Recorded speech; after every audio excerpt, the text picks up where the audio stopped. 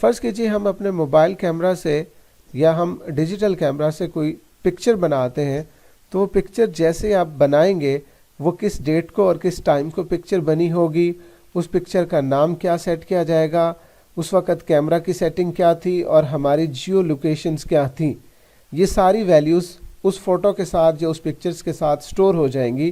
اسے ہم meta data کا نام دیں گے. کمپیوٹر فائل، جیسے ہم کمپیوٹر پہ کوئی فائل بناتے ہیں تو ہم اس کو ایک فائل نیم کے ساتھ سیو کرتے ہیں. File name, file type, file کا میموری سائز، فائل کس ڈیٹ اور ٹائم کو کریٹ کی گئی، فائل کی لاسٹ موڈیفیکیشن ڈیٹ اور ٹائم کیا تھی، یہ سب میٹا ڈیٹا ہے جو اس فائل کے ساتھ سٹور ہوتا ہے. ڈاکیومنٹ جب بناتے ہیں تو ہم اس ڈاکیومنٹ میں title, subject, author, creation date and time, last modification date and time اور نمبر آف پیجز جو ہے وہ مینشن کرتے ہیں. تو اس ڈاکیومنٹ کے ساتھ یہ سب میٹا ڈیٹا ہے جو اٹیچ ہو رہا ہے. اسی طرح سے جب ہم ای میل کرتے ہیں تو ای میل کے اندر بہت سارا ایسا میٹا ڈیٹا ہے جو چھپا ہوا ہوتا ہے، وہ ہمارے email client software کے اندر ویزیبل نہیں ہوتا. Every email you send or receive has a number of metadata fields, many of which are hidden in the message header and not visible to you in your mail client. میل میں subject ہوتا ہے، from ہوتا ہے، to ہوتا ہے،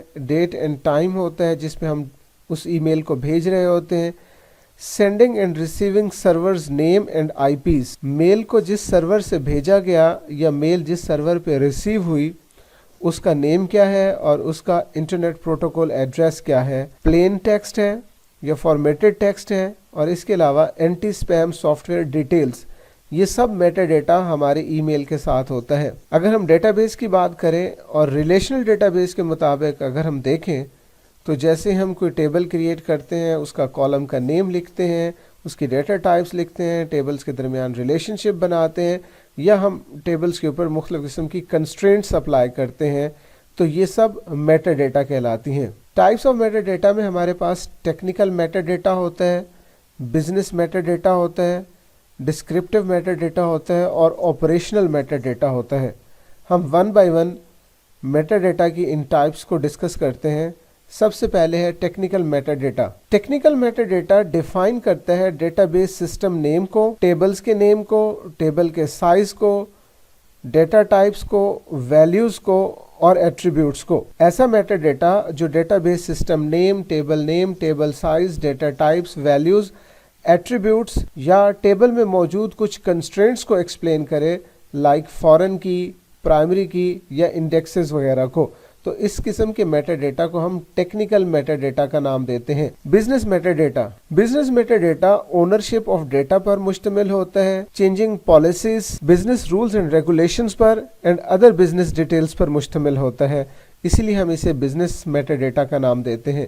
descriptive meta data کسی بھی طرح کی فائل، فولڈر، بک، امیج یا ویڈیو کو ڈسکرائب کر رہا ہوتا ہے، اس لیے ہم اس کو ڈسکرپٹیو میٹا ڈیٹا کا نام دیتے ہیں.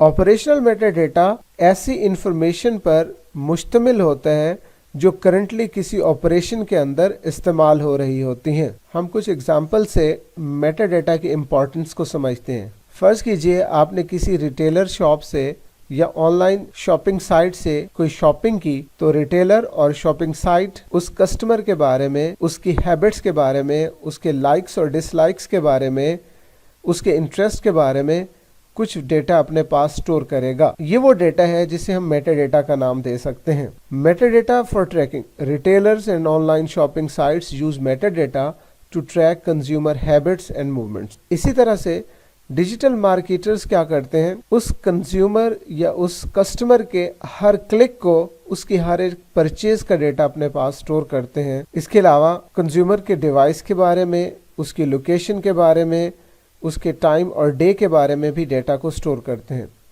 ان تمام ڈیٹا کو استعمال کرتے ہوئے وہ شاپنگ سائٹ یا وہ ریٹیلر اس کسٹمر کے انٹرسٹس کو سمجھتا ہے اور پھر اس کسٹمر سے ریلیٹڈ ڈفرینٹ پروڈکٹس اس کی اسکرین پر، اس کی ڈیوائس کے اوپر شو ہوتی ہیں.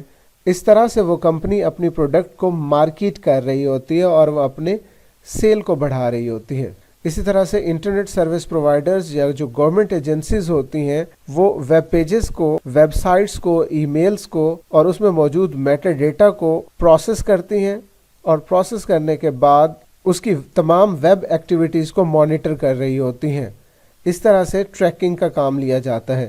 Meta data and data base management. Data base management میں میٹا ڈیٹا سے مراد وہ تمام ڈیٹا آئٹمز کے نیم، ان تمام ڈیٹا آئٹمز کی ٹائپ، سائز، فارمیٹنگ اور ادر کریکٹرسٹکس ہیں جسے ہم ڈیٹا بیس میں سٹور کرتے ہیں۔ ڈیٹا بیس میں موجود ڈیٹا کے کنٹینٹس کو سمجھنے کے لیے میٹا ڈیٹا لازمی ہوتا ہے۔ فرض کیجیے ہمارے پاس کچھ سیٹ آف ڈیٹا ہے جس میں ہم نے آئی ڈی اور نیم کی ویلیوز کو اکٹھا کیا ہوا ہے۔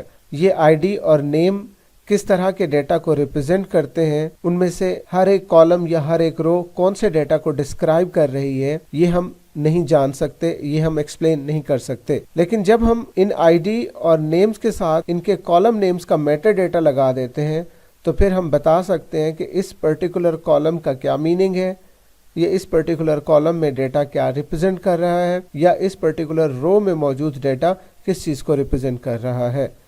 فار ایگزامپل یہ دیکھیے، یہ ہمارے پاس ایک ڈیٹا سیٹ ہے جس میں ہم نے ایک کالم میں 44، 45، 46 کا ڈیٹا سیٹ سٹور کیا ہوا ہے۔ یہ ایک سیکنڈ کالم ہے جس میں ہم نے نیمز کو سٹور کیا ہوا ہے۔ تھرڈ کالم میں بھی ہم نے لاسٹ نیم کو سٹور کیا ہوا ہے۔ فورتھ کالم میں ہم نے نیشنل آئیڈینٹیفیکیشن نمبر کو سٹور کیا ہوا ہے۔ ففتھ کالم میں ہم نے ڈپارٹمنٹ آئی ڈی کو سٹور کیا ہوا ہے۔ اگر ہم یہاں سے یہ کالم نیم کے میٹا ڈیٹا کو ختم کر دیں تو بقیہ جو ہمارے پاس ڈیٹا سیٹ ہوگا اس میں سے کسی بھی پرٹیکولر کالم یا کسی بھی پرٹیکولر ریکارڈ سے یا پرٹیکولر رو سے ہم ایکسپلین نہیں کر پائیں گے کہ یہ کیا ویلیوز ریپرزینٹ کر رہے ہیں۔ جسٹ ان کالمز کے ساتھ ہم ان کے کالم نیم کا میٹا ڈیٹا اٹیچ کر دیتے ہیں تو ان ڈیٹا سیٹس کو یا ان ویلیوز کو انڈرسٹینڈ کرنا ہمارے لیے آسان ہو جاتا ہے۔ یہ ہمارے پاس ڈیٹا سیٹ ہے۔ ہم اس میٹا ڈیٹا کو مزید تھوڑا سا ڈسکرائب کرتے ہیں کہ ہمارے پاس اگر امپلائی آئی ڈی ہے، یہ ہمارے کالم کا نیم کا میٹا ڈیٹا ہو گیا، یہ اس کی ڈیٹا ٹائپ ہوگی اور یہ اس کی ڈسکرپشن ہوگی۔ تو اس طرح سے ہم تمام کالم کو نیم، ان کے ڈیٹا ٹائپ اور ان کی ڈسکرپشن اگر دے دیتے ہیں تو یہ اس کا میٹا ڈیٹا کہلاتے ہیں۔ اس طرح سے ہمارے لیے اس ڈیٹا کو سمجھنا زیادہ آسان ہو جاتا ہے۔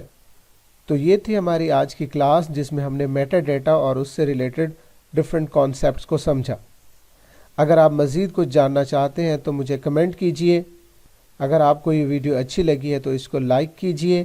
اگر آپ اس جیسی مزید نئی ویڈیوز دیکھنا چاہتے ہیں تو اس چینل کو سبسکرائب کیجئے، اپنے دوستوں کے ساتھ اس کو شیئر کیجئے۔ اپنا بہت سارا خیال رکھیے گا۔ Thanks for watching.